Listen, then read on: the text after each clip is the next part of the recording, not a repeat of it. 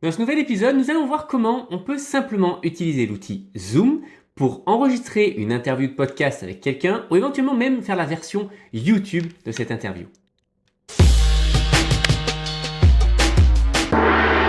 Bienvenue sur Marketing Automation Ninja, je m'appelle Amaury et je partage ici des techniques innovantes pour produire et automatiser votre web marketing. Si vous êtes nouveau sur cette chaîne et que vous voulez décupler votre productivité, alors cliquez sur le bouton s'abonner. Ok, maintenant dans cette vidéo, nous allons parler de comment configurer simplement Zoom pour faire une interview à distance.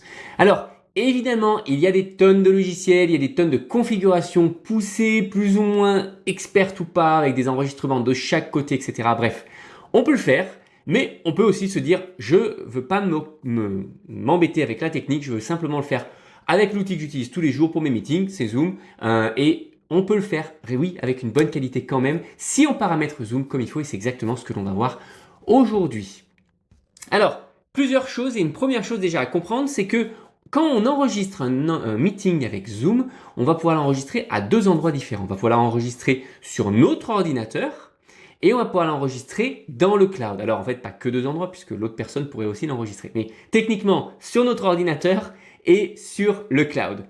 Et si on veut le faire de manière propre et de bonne qualité, il faut, et je vous recommande de l'enregistrer sur le cloud. Parce que sur le cloud, nous allons pouvoir spécifier d'enregistrer le meeting sous différents formats. Sur un format, c'est toujours la personne active qui parle qui est affiché. Sur un format côte à côte où nous allons avoir les deux personnes qui sont en mode interview. Et c'est le format d'ailleurs que je recommande pour les modes interview.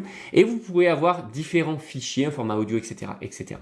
Ça, ce n'est pas possible quand on enregistre localement. Et donc clairement, nous n'allons pas avoir les mêmes niveaux de qualité si jamais vous enregistrez localement votre interview. Quand je dis localement, c'est sur notre propre ordinateur.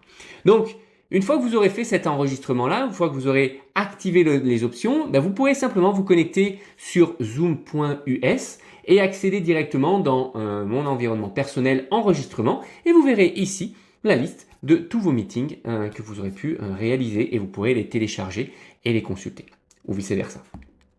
Mais pour arriver à ça, il va falloir activer l'enregistrement dans le cloud. Donc pour ça, rien de plus simple, on se retrouve sur zoom.us, toujours pareil, dans la section paramètres, nous avons dedans une sous-section enregistrement, avec enregistrement dans le cloud qu'il faut activer. Ensuite, je recommande d'activer enregistrer le prestataire actif. Alors les traductions sont vraiment pas terribles, hein. Le prestataire actif, le mode d'affichage galerie et l'écran partagé, donc enregistrer plusieurs formats.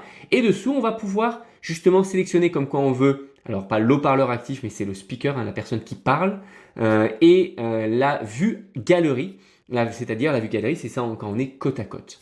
Voilà, c'est les deux formats minimum que je vous recommande. Si vous faites un podcast et que vous voulez pas vous prendre la tête, que vous voulez faire les choses très simplement, activez aussi l'option enregistrer les fichiers audio uniquement. Comme ça, si vous ne faites pas de vidéo, vous aurez au moins les fichiers audio prêts à être traités et envoyés.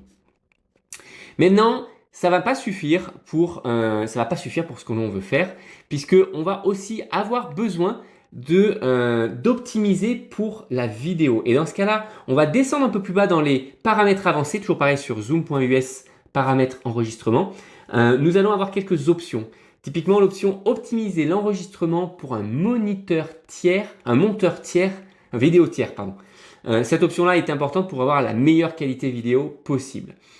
Autre chose, moi personnellement j'active l'enregistrement automatique pour être sûr de ne pas oublier de lancer l'enregistrement en début d'interview et j'active évidemment l'option par défaut enregistrer dans le cloud. Voilà, c'est tout, c'est les options que j'active sur zoom.us. Maintenant voyons quelles sont les options que l'on a besoin d'activer côté utilisateur, c'est-à-dire sur votre ordinateur et sur l'ordinateur de la personne qui va se retrouver en face de vous lors de l'interview. Alors pour ça, comme d'habitude, on ouvre l'application, cette fois-ci Zoom, sur votre ordinateur. Normalement, les options sont au même endroit que ce soit sur Windows ou sur Mac. On va dans les préférences. Et dans les préférences, nous allons avoir, sous la section vidéo, nous allons avoir Original. Alors on va avoir le ratio original. Donc autrement dit, cochez bien cette case-là parce que ça permet d'avoir une image simplement rectangulaire en mode portrait, en mode paysage qui est correcte. On coche également l'option HD, haute définition. Nous allons en dessous avoir la petite option ajuster pour une faible lumière. Personnellement, je laisse activer cette option-là et je demande à la personne en face de surtout l'activer. Généralement, chez moi, j'ai une bonne lumière, mais la personne que je vais interviewer, c'est pas toujours le cas. Donc, c'est bien de laisser cette option activée. Et autre option qu'il va falloir cette fois-ci activer côté audio, c'est ajuster automatiquement le volume du micro et activer bien l'option son original pour les musiciens. Ça permet d'avoir un son de haute fidélité. On a la case en dessous son de haute fidélité et on va pouvoir activer annulation de l'écho ou echo cancellation si vous êtes en anglais, et ça permet de supprimer simplement le Larsen et donc permettre que vous puissiez faire l'interview sans forcément tous les deux avoir un casque dans les oreilles. Voilà globalement, si vous cochez toutes ces options que je vous ai données, c'est un petit peu embêtant, surtout si vous êtes en mode podcast. Sur YouTube, c'est un peu plus sympa. Et ben ça va vous permettre de pouvoir simplement utiliser l'outil Zoom pour faire vos interviews. Voilà, j'espère que vous aurez appris et que ça vous aura plu. En conclusion, Zoom peut très bien fonctionner. Ça n'est pas aussi qualitatif que des logiciels dédiés. Il y a Riverside et il y en a d'autres qui le font et qui ont des configurations vraiment intéressantes. Mais encore une fois, des fois, ça nous stoppe, ça peut nous arrêter de chercher à faire la perfection, d'aller installer un nouveau logiciel, un nouvel abonnement, blablabla. Alors qu'en fait, on peut très bien le faire avec l'outil qu'on a au quotidien si on le configure correctement. Voilà, j'espère que vous avez aimé cet épisode et qu'il vous aura été utile. Si vous avez appris quelque chose, mettez un petit like et abonnez-vous et partagez avec vos amis qui pourraient avoir besoin de cette astuce. Maintenant, si vous avez des questions ou des idées d'optimisation que vous voulez explorer, juste laissez-moi un petit message sur Instagram ou sur YouTube et je ferai de mon mieux pour y répondre. À très vite.